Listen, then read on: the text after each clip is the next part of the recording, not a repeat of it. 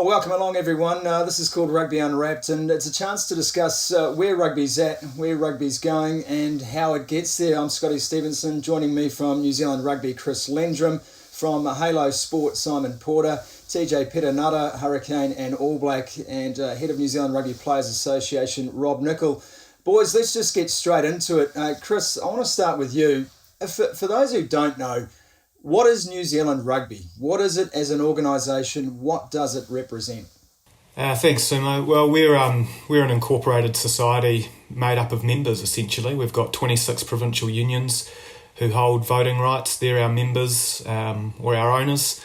We have affiliates as well attached to that, like New Zealand universities and the Rugby Foundation and so forth.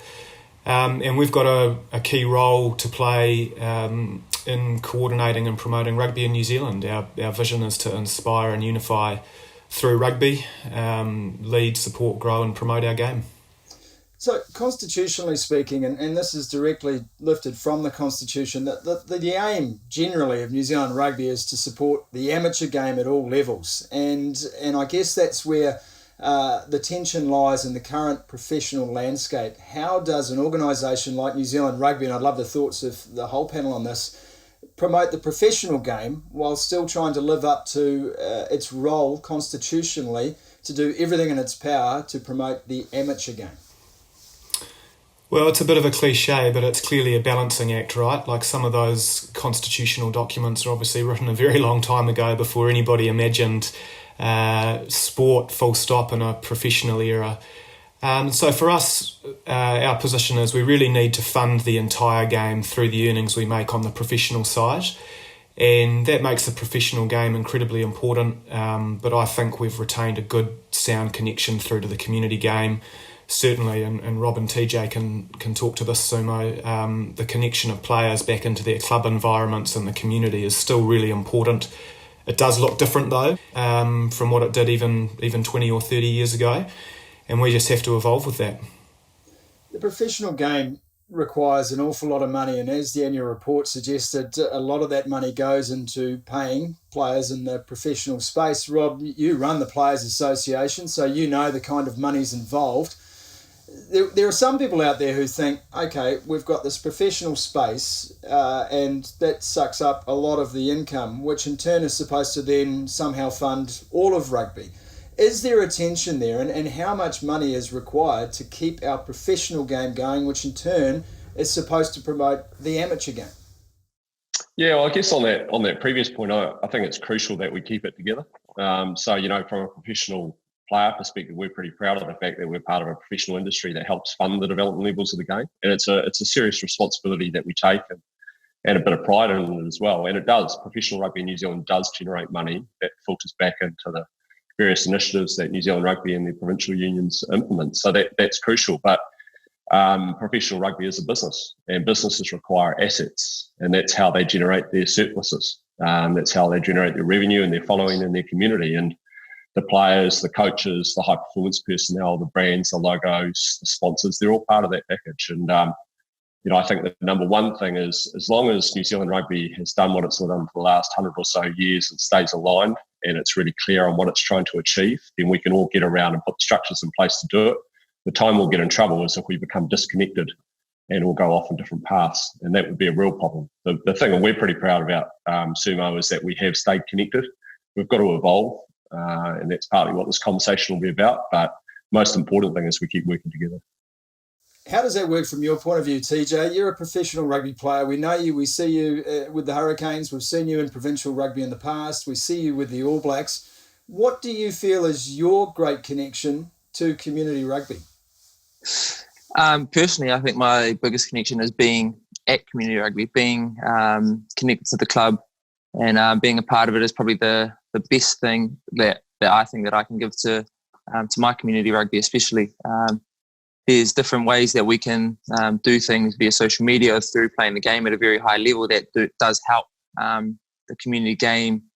I guess through like what Rob and what Lendo's been talking about, that if we do things really well on the professional level, it gives us the ability to then scale down into help on the community level. I think for players, what we take for granted is the impact that we can actually have with our time at the community level. If we can give back with our time, I think that really does help at the community level too.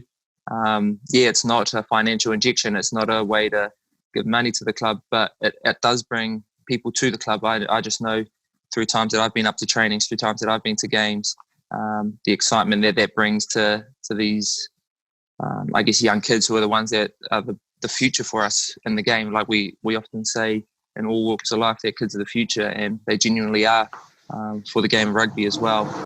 So us being able to give our time when we can to our clubs, and there's a lot of us out there. There's a lot of footy players around the country doing really good things out on the field, and that time that we can give back to our clubs is, in my opinion, just as important as the financial side of things that we can give back through playing the game at a really high level and then being able to assist financially too. I look at the structure and I know we're dealing with a time of COVID-19, which has forced an awful lot of change very rapidly on the game and has adjusted things incredibly. But even before COVID, Chris, the professional game was running ostensibly at a loss. It was $1 million last year in terms of annual report. This year's annual report represented a $7.4 million loss. Before we even get into the revenue holes that are potentially there for this coming year, is the game sustainable in its current form? Because if you cannot make a surplus or at least break even, then is the model slightly broken, and was it broken even before the COVID crisis? It's a really good question, and the answer is complex. And at New Zealand Rugby, we've actually been in a position that's a lot more fortunate than many other national unions around the world. So we've had reserves that we've been able to dip into during this crisis, and that has probably kept more lights on and more people in roles and more things happening in rugby than might otherwise be the case. More money in the pockets of players in the short term as well. Is it sustainable? The model's certainly tenuous when you look at how New Zealand Rugby's revenue and expenditure is profiled over a number of years. You know, we've been very reliant in this past 5-year cycle on the windfall from the Lions series in 2017, and that has funded losses in other years during that period. But then again, we're not here to make profit. We're here to reinvest everything we earn back in the game, back in the players, back in the community. So our own financial management, I think, has been sound. Is it sustainable going forward? I think that's a really good question. I'm sure one we're going to keep talking about now, but I think it's an open question. It's certainly, I can't sit here and say everything's great because it's not, but we've done a good job so far. Scotty, just on that, you know, I think it's important to note that when we say that New Zealand Rugby's made losses, that's after they're distributing close to $30 million to provincial unions, which is then invested back in the game. And it's also after funding a lot of activity that New Zealand Rugby undertakes that's related to community and development levels of the game. And I think that's what a lot of people misunderstand. If you did a profit and loss for professional rugby, it'll generate surpluses. There's no doubt about that. But the thing about most sports bodies, doesn't matter whether it's rugby, netball, hockey, whatever, is exactly what Chris said. They're incorporated societies. So if you give them an extra $1 million, they will look to how to invest that to grow the game. And if you look at the growth in a lot of areas of the game in the last 5-10 years, particularly looking at the women's, looking at the sevens, you know, there has been investment in those areas and they are starting to bear fruit. The key moving forward, I think, is to make sure we don't cross over so that New Zealand Rugby isn't doing the club's jobs. You know, the clubs in New Zealand Rugby aren't doing the province's jobs. I think they've got to be a lot clearer on roles and responsibilities. And if we get that sorted out, I think there is even more efficiencies there.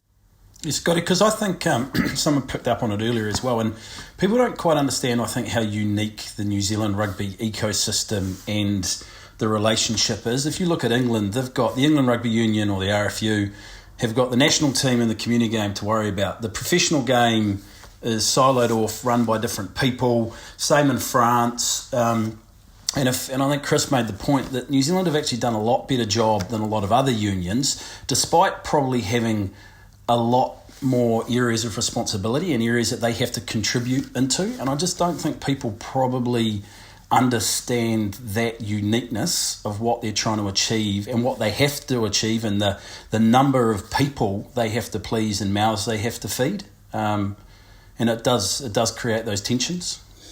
Retention is one thing, and you make a good point about the RFU model, but let's bear in mind that a lot of these professional clubs in England are running at a massive loss. In fact, one club last year alone lost £4 million. I mean, that's a premiership club in essentially a prestigious professional rugby competition. And bearing in mind also, they are getting handouts. They are being funded by the RFU, although that funding model has now changed to a variable model instead of a set fee. So the RFU is still in many ways in England propping up the losses of private investment. And I look at our Super Rugby situation here.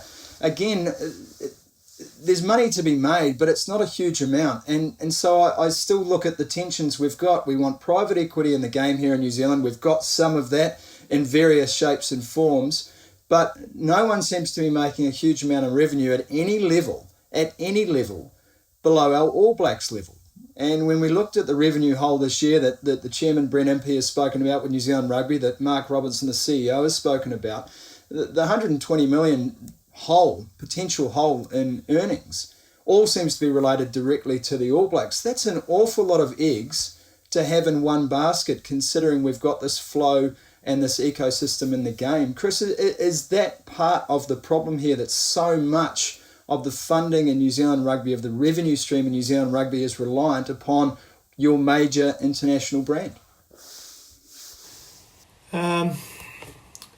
Is that a problem? That's a good question. Look, I think the first point I'd make, just to build on what you've said, Sumo, is, you know, if you had money to invest, it'd be a nice situation to be in. But let's just say you had money to invest and you walked into a fund manager anywhere in the world, nobody's going to tell you to invest in sport, right?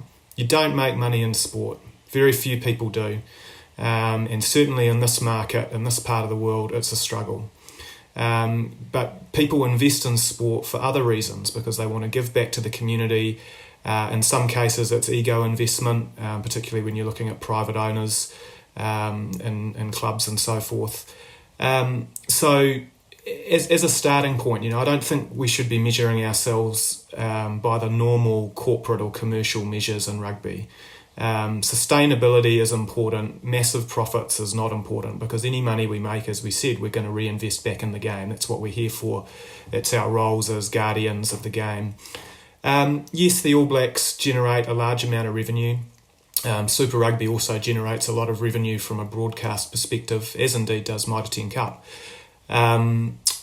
We have been in a cycle where an easy way to make more money, or comparatively easy way to make more money, has been to play the All Blacks in more test matches, and that clearly comes with a range of conflicts around player welfare and other issues, which I'm sure we'll get into.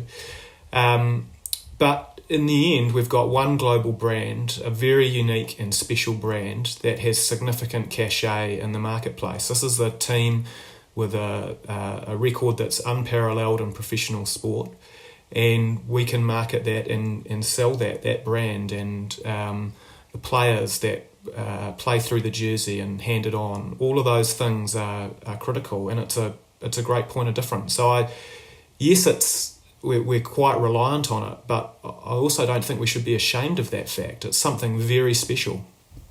But it does, in some way, and has set the current model, hasn't it? Because everything must then flow into that All Black product, for want of a better term, which is the main driver of revenue. And Ports, you see this as an agent. We have seen the structure, the pathway of professionalism from the club game through to Super Rugby, through to the All Blacks, change markedly over the last decade as more and more focus goes on to producing the asset, the All Black asset.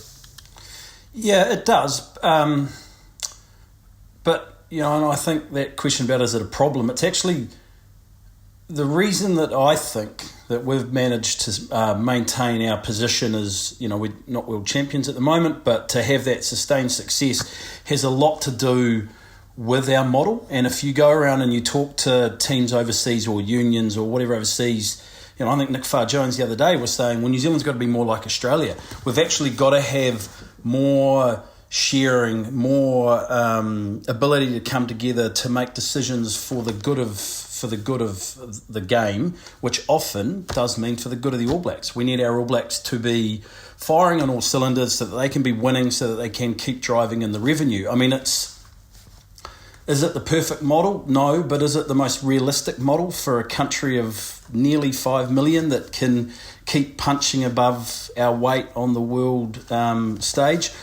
I don't know if another model would actually work. I mean, I just think it's what we've got, and it's our uniqueness, it's our one difference, and whilst it creates all sort of problems, it actually creates the most sustainable form of success. I mean, what about you, TJ, mate? What do you think about that? How do you feel as an All Black, and do you feel that pressure at the top end of the spectrum to have to, added pressure in terms of across Super Rugby or your provincial union players, etc.?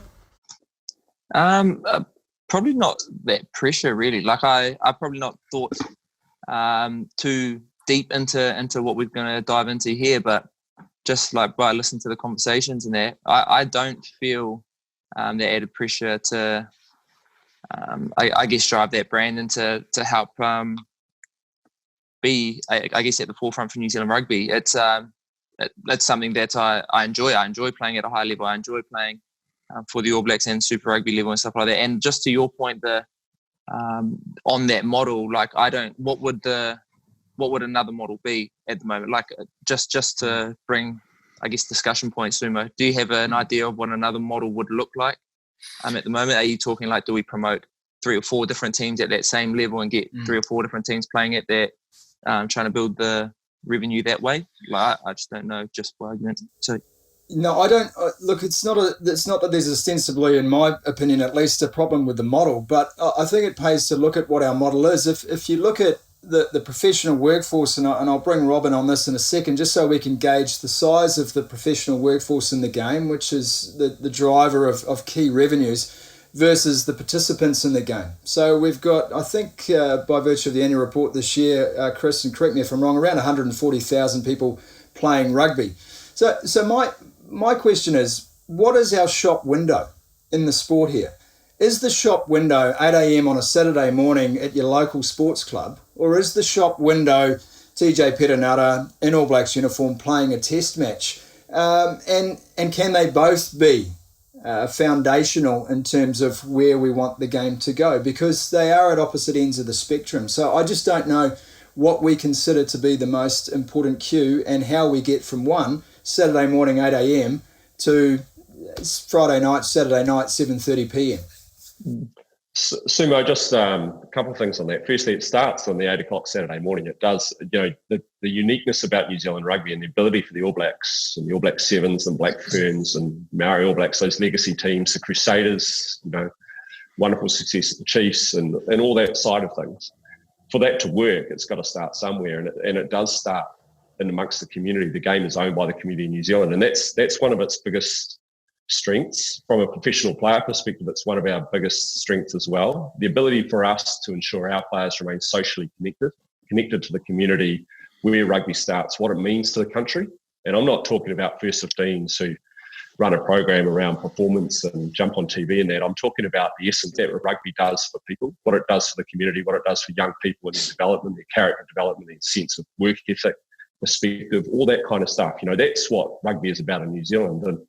And then to be able to see a game that can do something like that within the community, and other sports play a similar kind of role, and then see the truly elite run out in the black jersey and do what they do on the stage on behalf of their country and their family is pretty special.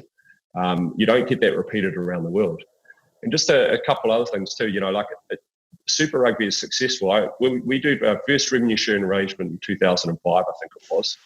And we had 30-something% of revenue, and our player payment pool, the amount that's set aside from New Zealand Rugby, if you like, to pay the players was about 24 million.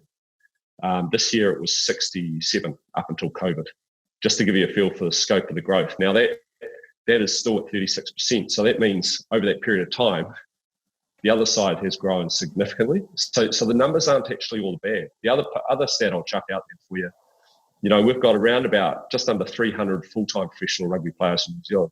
We have 420 playing professionally full-time overseas.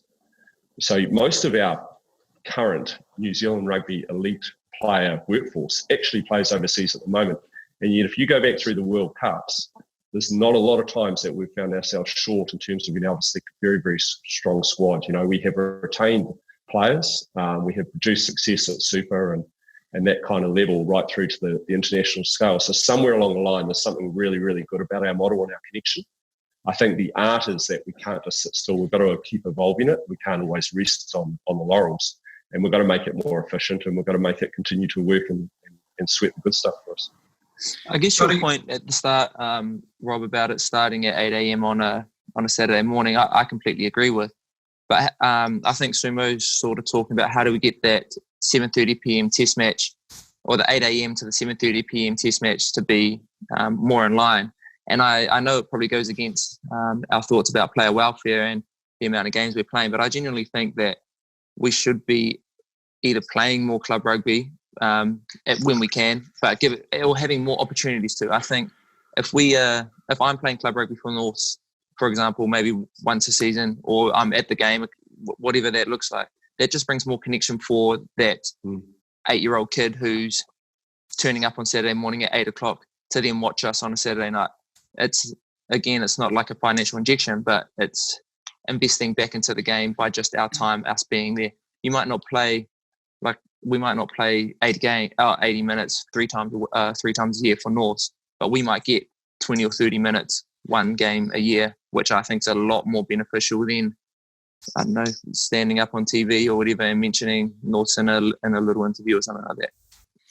I don't know how it works, but I think it's merit there. I think it's absolutely. And I think it comes back to that point I made around, we're all about personal development and growth and elite athletes, not just on the field, but off. One of the best ways you're going to grow is that connection, that social connection to your community, and seeing what everyone and sharing what everyone's going through, in their daily lives and stuff like that. And so, it might not be about running out for Norths. It might be about, if you could, that would be brilliant. But just being able to connect with your community, I think that's hugely valuable. Brings great perspective for professional athletes and just helps them in those as times to, I suppose, handle things and keep things in perspective. So I'm all for that. I reckon that's the key, basically. Yeah, because I don't know exactly how it would work, but like post Super Rugby, pre Mitre 10, like having a professionals and clubs weekend where all professionals are allowed to go back and play for their club, like you have that release. It could be something. There will be, I guess, circumstances where players might have played 18 games for, I guess, the Hurricanes, and then played 3 test matches, and it might be a little bit different for that person. But for the vast majority, if it's pros and clubs day on one Saturday across the whole country, that's just another way to bring everyone in all communities to their game, because everyone knows that the pros are going to be playing in that game. I think it's engagement. Like for me, the word, and everyone sort of touched on it, but it's engagement, and it's how do we make sure that kid that turns up at 8 o'clock becomes a lifelong lover of the game, that feels that real connection, because at some point you're going to lose them as a player. That just naturally happens with age, whether you're a professional, whether you give up at age 18 or whatever, at some point you're going to lose them. But you have to make sure that they are so in love with the game and get that I don't know, that stuff that we're all referring to, and everyone wants to talk about this because everyone's rugby people and it obviously is getting something going in them, but something in them that they hold on to that so that they make sure that their children are there at 8 a.m. and the cycle. And that's where, and TJ, it's interesting to talk about the club game 2:30 on a Saturday. I think it's one of the big issues that we've created without playing daytime rugby and daytime games is we've created this void where kids don't watch the game. My kid's 6 and 8, Poppy, she wants to be a black fern like her mum. That's what she wants to be. You ask her, what do you want to be, a black fern? Does she want to watch a game of rugby? She'll watch the haka, but then she wants to go to bed, and that we kind of have this generation of kids that watch the haka and go to bed because it's too late or it's whatever. Whereas some of my best memories are sitting in the front room with the old man or my mates later on at 2:30 on a Saturday. Your club games shifted forward to 10:30 or 12. It made you feel like a kid again because you were playing early so that you could get home and watch the All Blacks. Club competitions all around the country changed because everyone came together on a Saturday afternoon. And it's just interesting. TJ talks about that, wanting to get back and play in front of everyone at 2:30. This is the intrigue, though, isn't it? Because, again, we go back to the model that we have, and the model that is there to sustain the game, because we talk a lot about community engagement. We talk a lot about lifelong fans. We talk a lot about children on the field at 8 in the morning, and then we play the biggest games at 7:30 at night, which is well past a lot of these kids' bedtime. So they've never understood what it's like to go to a game of footy in the afternoon. I know, and I'm sure you guys can all appreciate why we play games at 7:30 at night from a broadcast point of view. We understand that it's prime time. We understand that it's more valuable to a broadcaster, and therefore they are prepared to pay more for that product if it airs at that time of night. But there is something that is naturally tense about the arrangement of having primetime sport out of range of the next generation coming through. And I think about the engagement over the last 15, 20 years with kids, and my kids are the same age as Simon's, ostensibly. It's just out of their zone. The game at the top level, at the elite level, is out of their zone. And Chris, I just don't know how much thinking goes into, we need to make money to fund the game, but if people aren't watching the game that's funding the game, then they're not involved in the game. And it becomes this kind of vicious cycle. And I guess that's one of the things that you guys have to contend with in your office, in your organisation on a daily, weekly, monthly basis.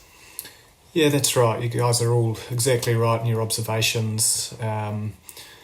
In an ideal world, you'd do more to connect the professional and the community games every week. There's no doubt about that.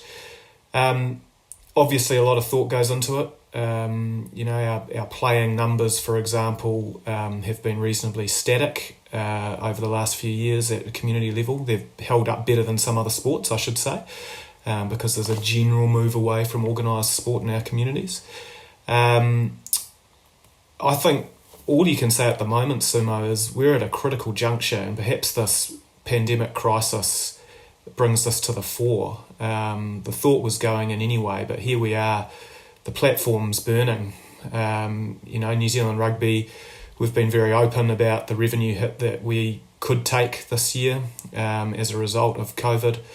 And this actually presents, apart from the challenge, the obvious challenge, it presents a wonderful opportunity to get our key people together to talk about the challenges that the game has and how we might redesign it going forward. Rob's exactly right when he said earlier, it's about roles and responsibilities. Who does what and what do we need to do in the future? Because what we've done over the last 25 years, to be honest, has worked pretty well. It's worked very well from a high performance and a professional sense, and it's worked not too badly from a community perspective, but now the game's changed and we've got to change with it. Sumo, just picking up on a couple of points there. One is, I think this is probably, the players themselves, we've pushed for ages wanting to play in the afternoon because I think when you talk to them, that's what they dream about, right? Running out on a sunny Saturday afternoon on a nice green pitch. That's exactly what it's about. And the broadcast dollar was the thing that always swayed it. And time zones was another one, but broadcast dollar primarily. But if you ask the broadcasters now what they would have preferred, given particularly with your former employer like Sky is, and the recognition, I think, more and more, particularly from the new management, they're about engagement being the key. If they're engaged, they'll subscribe and they'll watch the sport. And if you're going to get better engagement by playing the All Blacks in the afternoon, you should probably do that. So I think there is a bit of a different platform. For years, we pushed trying to get afternoon rugby and couldn't get it. The other thing I think is quite important, and New Zealand Rugby did a nice piece of research into secondary school sport, secondary schools rugby in particular, is it's not complicated. The kids from 13 to 19, they want to be with their mates. They want to be having fun. They want a decent coach. They want to know that they're getting good coaching. It's not good enough that mum and dad are coaching anymore. They want a good coach. They want what they see on TV, they want to know they're getting access to. And they want to get a sense that they're improving on something. That's what that research told us. Like when they go along and they play, they're getting better at what they're doing. And if that's the reason they want to play the game, those reasons there, that's awesome. I think we've missed the pitch. I think we've become too performance orientated in the way that we're pitching to kids. We're saying, and we have said, it's about making the first 15. It's about being a professional rugby player. It's not. That shouldn't be the basis under which you play it. You asked TJ why he started playing. It wasn't to be an All Black first and foremost. It was because he loved the game and his family loved the game and he got pride and a sense of identity out of it. That to me is the guts. We need to re-pitch the game to our community for what it actually stands for and what it's about, and celebrate that, not being a first 15 champion or being a pro player. Yeah, I agree with that, Bo. What I would say that needs to follow that pitch is the actions behind that, and that's us being in the clubs. Because if we're going to say it's about the community, it's about being a part of something, it's about the enjoyment of it, but then the only interaction that those kids or those people that we're pitching to is seeing us on a professional level, it just contradicts that whole pitch pretty much. Because it's like, yeah, you're saying all this good thing, but the only time I get to see you is when you're in a black jersey or in a Hurricanes jersey. So there's no connection there to what we're going to say, So if we're going to go in that angle, then I think we need to be in the clubs a little bit more. I pick up on that point, Robin, and I'll bring Simon in on this because I agree with First 15 rugby. It's a wonderful part of our game. It always has been. First 15 rugby, regardless of it being televised or not, it brings out so much spirit and what I think really lies at the heart of this sport. That's become a little bastardised over recent seasons, and I talked about a pathway earlier on. We used to have a pathway where you played for your club, you disappeared for a few years, you played for your school, you came back to your club, you went 19s, Colts, you made the seniors finally after getting a few scrapes and bruises, you got picked for your province, you got drafted to a Super Rugby team, and if you were good enough, you made the All Blacks. Now you play for a select group of first 15s, you are given a stip-ended contract by a Super Rugby franchise or a province, you are taken straight out of secondary school, put into the development camps, you never experience senior club rugby, and you become a professional athlete at 18, 19 years of age. They have missed an entire step in the process. They have missed an entire level of engagement in our game. And we talk about representing their communities, their people as All Blacks. They never have. They've never played for the province of their birth in some cases. They've never played for their local club at a senior level. Now, how can we say that we're engaged across the board, across the range of the New Zealand rugby offering, when our kids are being plucked out of elite programs straight into professional contracts without ever having experienced the amateur ethos of senior rugby, of club rugby, of community rugby? Yeah, and I think that's kind of where I'm trying to come from. If you look at the way we've got it right at the higher end, at the high performance end in terms of retaining players and performances, but we've missed the point around the pitch at that community, that transitional end. And so you mentioned, you get a contract at 18, 19, you go straight into the professional ranks. Very, very few players do, like a ridiculously small number. You could go down and watch one of those top first 15s you're talking about, Kings, St. Kitts. You'll be lucky if one or two of those players end up having a decent Super Rugby career. One or two. And yet some of them are mitigating their studies in order to play this first 15 thing. You called it bastardised, I'd say a little bit of commercialisation of youth in a way. Actually bring it back to what it is, because if the pathway is more connected to club, if it is more around actually, we don't need to rush it, and you get an extra couple of years to mature in those communities, mature in those clubs, be more connected, then you're going to have a more solid individual that you can rely on if they're good enough to make that professional space in that pressure environment. They're going to have more to fall back on that'll stand them up as professional athletes and as people, more importantly. So, mate, that's, I think there's something in there. I think there's something in saying, what is that juncture between school and actually arriving at a first 15 squad training? What does that space look like? And I tend to personally agree. I think it should be more connected to club. It should be more grounded, and it should be a bit slower.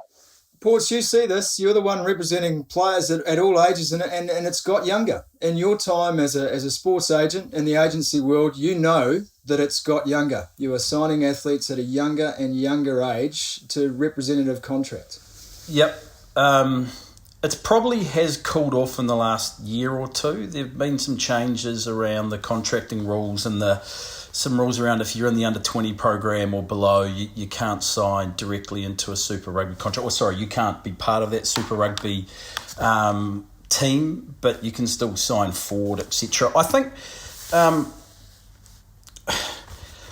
there's been more concentration for fewer athletes, and I think Rob's right. It is very few, and it's kind of like there's more money gone into less people, because I'm pretty sure, I haven't actually got the numbers in front of me, but I'm pretty sure Provincial Union Academies numbers have dropped massively. Am I in? Ports has gone down. We'll come back to his point. Yeah, I'll jump in there.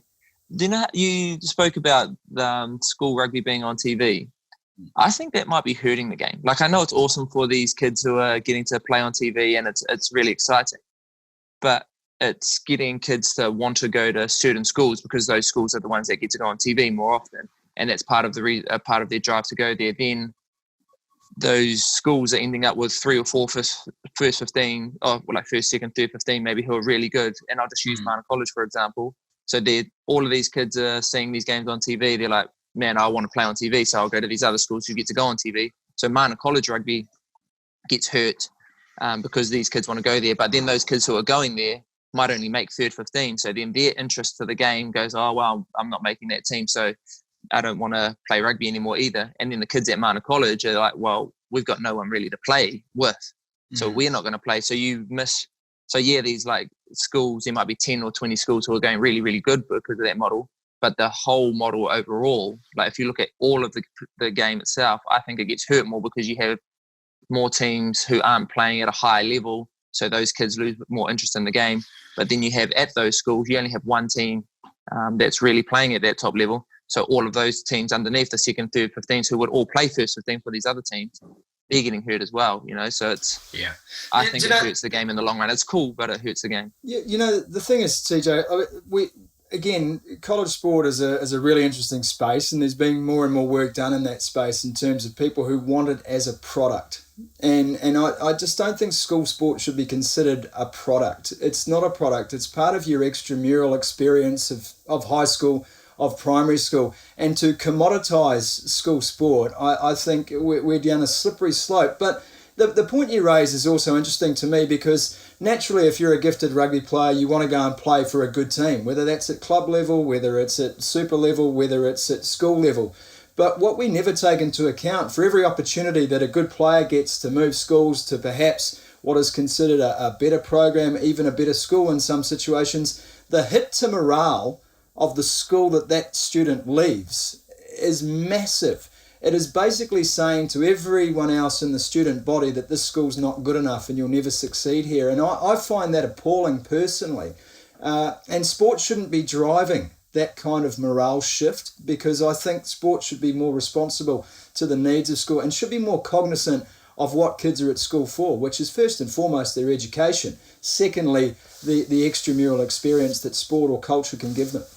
Yeah, I know what you mean, bro, and I agree. And what you also lose by putting all of those, because I think there is a place for kids that want to be professional and like are really driven and stuff like that, and I think it's really good. But if you're taking all of those kids and putting them in one team or one school, then the learnings that those kids, so I'll use Mana College for example again. If that kid stayed at Mana College and was driven and wanted to be a professional and did all that, they're actually teaching all of the other kids that they're going to training with like a system that could work in the future, or like they're teaching them that professionalism, they're showing them that work ethic, that drive. But if you take that kid out of there and you put them in this program that has all of these kids that are the same, they probably get better quicker, but you lose all of that growth from all of those other kids who would have been around that person the whole time and seen how they worked and seen how they prepared and stuff like that. So on a big scale, it hurts more. And that goes back to Rob's point. Simon, I'll bring you back in a sec, mate. We just lost you for a touch there, but it goes back to Rob's point. Then if first 15 wasn't the be-all and end-all, if your performance at that level wasn't considered your one shot at glory, if you then had a couple of extra years to go to club rugby, find a club that suited you, then your school career ceases to matter so much in terms of the actual performance level. It does become about the court esprit, the experience with your friends, and then you go off to the club level, and that's where you really hone your craft and then get your chance to move into the professional ranks. So, Ports, I'll bring you back in. Have we missed a little trick here in terms of that pathway, and how have you seen the contracting model shift? Well, one pathway I think that dovetails and causes a lot of this is actually the coaching pathway, because nowadays, I mean, the biggest budgets are at the schools, and a lot of our coaches are cutting their teeth and earning the right to take up a step into a Mitre 10 Cup team or whatever through the coaching pathway. Like the whole club rugby as a pathway for coaches has effectively disappeared. But there's no doubt that the player contracting model has changed when the Super Rugby clubs were allowed to contract directly and fill their squad numbers. When we went away from the old school draft, and everyone talks about, why doesn't rugby have a draft? Well, we used to have a draft. It wasn't like the NBA draft or the NFL draft, but we had a draft. And we went from that point and we went to the clubs and said, okay, you can look at succession, you can retain your talent, etc. That then comes back to this point about Chris and Rob about roles and responsibilities. Whose role was it and whose responsibility was it to develop the player? Was it the provincial union or was it the Super Rugby club? And Super Rugby clubs all of a sudden said, well, we're actually going to put some money into that kid's future. We want to have a say in how he's developed and what he looks like. And they have kind of taken a lot of the control for developing the athlete away from a lot of the provincial unions. And that's kind of natural. You, as a player or the player's parents or whatever, you want to talk to the biggest show in town. Oh, the Hurricanes are interested in me. Well, the number of times you've had to explain and say, well, yep, the coaches from the Hurricanes or the high performance manager have seen you and they like what they look, but you're not actually going to sign with the Hurricanes. You have to sign with Hawke's Bay, Manawatu or Wellington, and then there's actually no guarantee that you'll kick through to the Hurricanes. Oh, but I can go and spend some time training with them. Yep, you can spend some time training with them, but it's no guarantee. And if you don't make it in 2 or 3 years' time, they will go and sign somebody from Auckland to come and take your position. It is not really clear out there, I think, on whose responsibility it is to develop those players. In terms of, it might be clear between the unions, and Chris can probably comment on this, but I think if you ask these young kids and their parents at first 15 level, they will be thinking that it's the Super Rugby clubs who will be responsible for their development. Chris, your thoughts on that? Yeah, well, I suppose the first thought you give is that no model's perfect, right? Every model has strengths and weaknesses. I agree with what Ports has said. I think the Super Rugby model over 10 years has been actually really successful. When I think about the introduction of direct contracting by clubs 10 years ago, we had 2 clubs who'd won Super Rugby titles, and now we've got all 5 who've won Super Rugby titles over the last 10 years. And teams are able to create their own destiny, their own history, the sense of association and attachment between player and club is enhanced. So all of those things have been really, really positive. Huge ticks.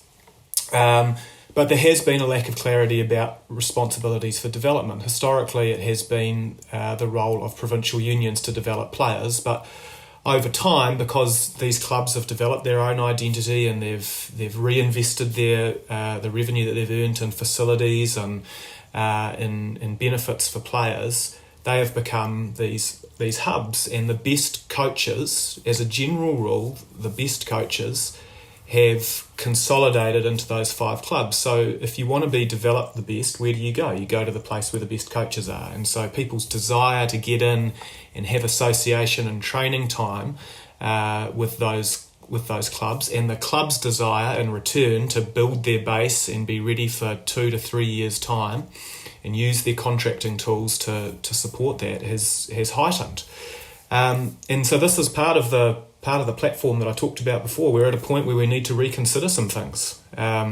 What is the role of a provincial union? What is the role of a Super Rugby club? Those are 2 pretty existential questions that are on the plates of people like Rob and myself right now. Yeah, it's really interesting. If you strip it back, the role of a school, from my perspective as a parent of one person who's left school and 2 girls that's still there, I want them to help them develop their character and acquire the ability to learn and knowledge. I know sport plays a role in that, but that's what I want them to do. And I want the principals to own the role that sport plays in that school. And it's not about marketing or commercialisation. It's about growth of young people.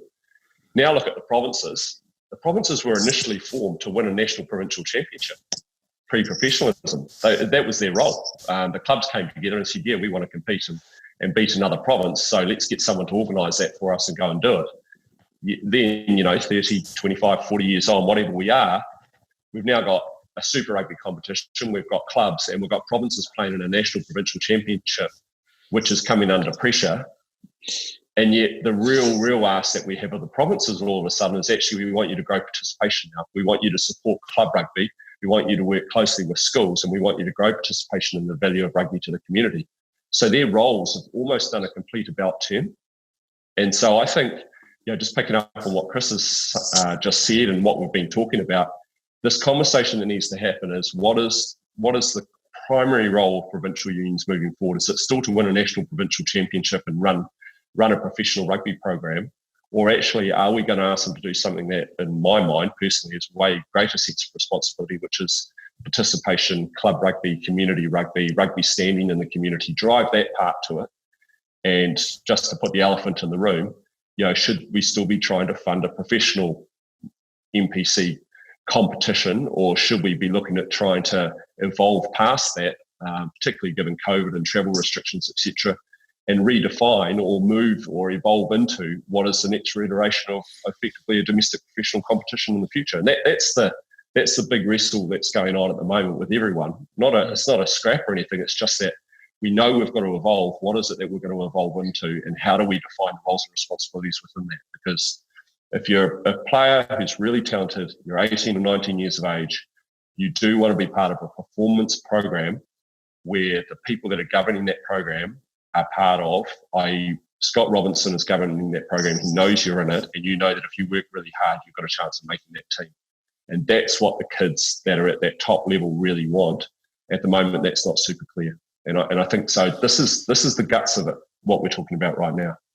We know provincial rugby's under real pressure from a competition point of view, Chris. I'm almost certain, and correct me if I'm wrong, that a lot of conversations have already been had around what the future of any NPC, currently called the Mitre 10 Cup, looks like. I mean, just how sustainable from a contracting point of view is it to have this huge semi-professional force of players out there and trying to fund this kind of competition on top of Super Rugby, where you have private investors who want to return first and foremost? There are tensions there between what the provinces see as their role, what the Super Rugby investors see as their potential return, and what New Zealand Rugby can offer across the board.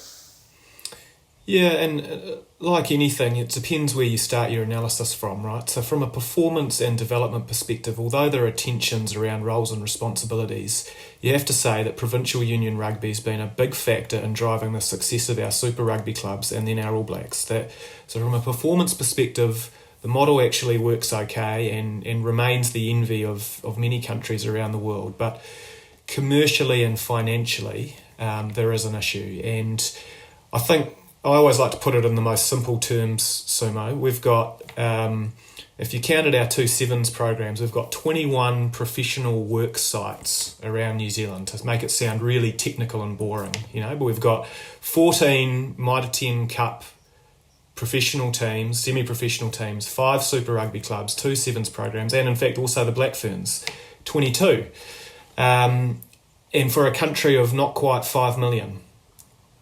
And when I look around and look at countries of a similar size, like Wales, for example, where there's a significant passion for rugby, and I look at how many professional entities they have for rugby, and it's just markedly different. They have significantly less, and we do have to ask ourselves a question of, and I think it's a broader question than is Mitre 10 Cup sustainable? Because if you really wanted to, you could find competition models that met your definition of sustainable, right? But it's the whole system. Is the whole system sustainable? Do we have the right number of professional hubs? Do we have the right number of academies? Those are the harder questions. And then the competition structures, you just fit around. Once you've got your strategy, then you look to your structures.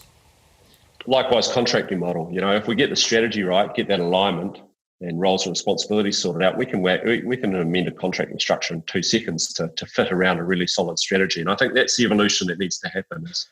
It's not about saying that Auckland as a provincial union shouldn't be involved in professional rugby, or North Harbour or counties. It's not that at all. It's saying how do the provincial unions, how do we better put them in a position to grow participation, community connection, club rugby, at the same time giving them a sense of their professional aspirations are fulfilled through whatever that competition is at the domestic professional scene. If it happens to be the Crusaders, then Canterbury and Tasman and Buller and West Coast feel that is their team, their professional aspirations are fulfilled through that brand and that entity. And in the meantime, they feel empowered to get on and drive participation in community. And is the moment actually having to do a Mitre 10 Cup campaign, is that just muddling the waters? So that's I'm just putting it out there so people who are watching this can understand the discussion and debate that's going on. And it's not an easy one. It's off the back of 100 years of history. And, it's an evolution that isn't going to happen in a month. But COVID has definitely brought it into the limelight. And the conversation was happening pre-COVID. It's been happening for a year or so. And to build on what Rob said, one of our greatest strengths is the passion that people have in our rugby community for what they're doing right in front of them. And that's a big part of our competitive advantage. But it also means that people get passionate about their own patch. And there is, it's hard to contemplate when you've worked passionately for a particular organisation that the role or responsibility of that organisation might change. That's hard for anybody in any industry, and rugby people are no different. TJ, do you guys spend any time at all thinking about these issues as pros? Nah. The conversation doesn't happen too much, but I think it needs to. I know we often get left to play the game, and there's a few of us who have been in conversations similar to this, but I do think it needs to be spoken about more. We do have a responsibility. I don't know the right word here, but to make the whole system work. I think, Lindo, you sort of spoke about that. And as players, it is our responsibility, and I don't know exactly how that looks. But I think if we can get on board with the Players Association, with the NZRU, and work together, and I know that is the role of the RPA, it's only going to be good for us. And there might be sacrifices on I don't know what scale or whatever, but if we're being genuine to the game of rugby and the sport we all love, maybe those sacrifices happen now or in the near future, so that in 20 years' time, in 30 years' time, the game that we love is still thriving and at the top of where it is, or where we want it to be. Scotty, just to pick up on that, just to give you a sense, like TJ isn't on our board at the moment, but Dane is on from the Hurricanes perspective. I can tell you now, when we have our board conversations, the overwhelming amount of time that's spent on secondary schools rugby and rugby in the community is really significant. And actually, TJ, you'll remember when I came down and we had that, I think, 45 minutes a few months ago. This was part of that conversation, and we brought all the Hurricanes leadership group in. But, the players are really, really conscious at a governance level of this. We've got, I think, nine players on the board. David Kirk's our chairman, and he challenges the space all the time. The players want to play a positive role in this. And, TJ mentioned that word sacrifice. If it's a conscious decision, it's not a sacrifice. It's a decision you make, And I think we have a maturing group of players here that care a hell of a lot about New Zealand, a hell of a lot about the game. And they will make the right decisions. They will push the right course. And I know our partnership with New Zealand Rugby is very solid as well. So, look, I know we're going to get there. It's just not easy. Mm. Well, look, and in fairness, Robert, you've got to all work together here. When your revenues, when your player salaries are driven off 36% of player-generated revenues, and there's no revenue, then that 36% looks a lot smaller than it used to. So I guess it's beholden upon everyone to get in the mix. So I want to finish up, guys. I won't keep you much longer, but we wanted to have a conversation about where the game's at. And as always, we traverse a lot of ground in conversations like this. But as a sort of a phrase from all of you to finish this episode today of Rugby Unwrapped, Lendo, I'll come to you first. New Zealand Rugby has admitted it's under enormous pressure, as are rugby unions around the world. You mentioned before you've had cash reserves, but they're not limitless. You need to find a way to generate revenue again. You need to find a way to be, I think I can say this, more powerful in your own backyard after the World Rugby vote, and bringing everyone together regionally. Where would you say right now your organisation is at, and how strong is it prepared to be in the changes that need to be made? Well, you recognise what our role is, and you go right back to that start. We're owned by members, and we're here for the good of the game. So we have the capability to make decisions and to lead. We can't necessarily force everything. That's not our role. right at the minute, life is challenging, right? Every day we wake up and it's about survival over the next short time. But there is a huge amount of optimism in our organisation and across rugby about how we can begin to thrive again. And I know personally, I'm strongly of the view that we can come out of this crisis, Sumo, even stronger than we went into it. Stronger from a retention perspective, stronger from a community perspective. And we just have to take the opportunities that are in front of us. So you sum all of that up and say this is a hugely critical juncture for rugby, and we just have to look at that constructively and optimistically. We're great at relationships in New Zealand. We're small. We talk to each other all the time, just like today, and we've got to keep doing that to get to the solutions. Ports, you've watched the player market undergo quite the shock. So from an agency point of view, from a player agent point of view, where do you see the game right now and your role within it? Well, I mean, I think we can't miss this opportunity.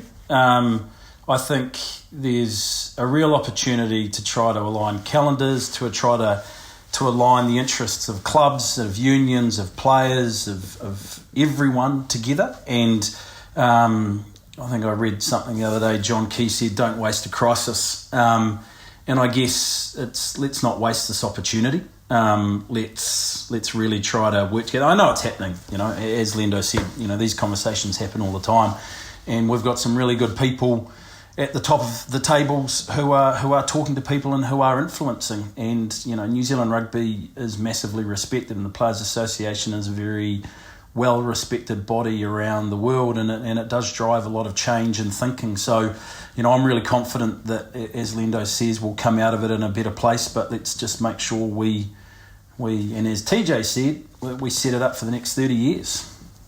Rob, your final thoughts? Yeah, mate, it was more than conversations pre-COVID. It was all happening. These things were on the table, and from a player's perspective, we were looking to really drive this conversation. COVID has absolutely put the foot to the floor. The analogy we're using in the conversations with players is in 2 years' time, we want to be able to look back and think, okay, that was a real tough time, but man, we made the most of every opportunity when it came along. We kept our head up, we kept our eyes open, we had the right conversations, and when we needed to make the choices, we made really good decisions. And so that's driving a lot of our attitudes at the moment. We can kind of see where things might end up in a year's time or 2 years' time, what have you, but we don't want to miss what we need to do right now. And that means making the right decisions to get the game back on the field safely, get things rolling again, but don't lose sight of the need to evolve. And that's very much where we're at. I think we're linking in with all the 4 or 5 of the top Australian players tomorrow. I think TJ is going to jump on that call with another 6 or 7 of our guys. So we're talking to Australia. We've got Pacific Islands involved in that conversation as well.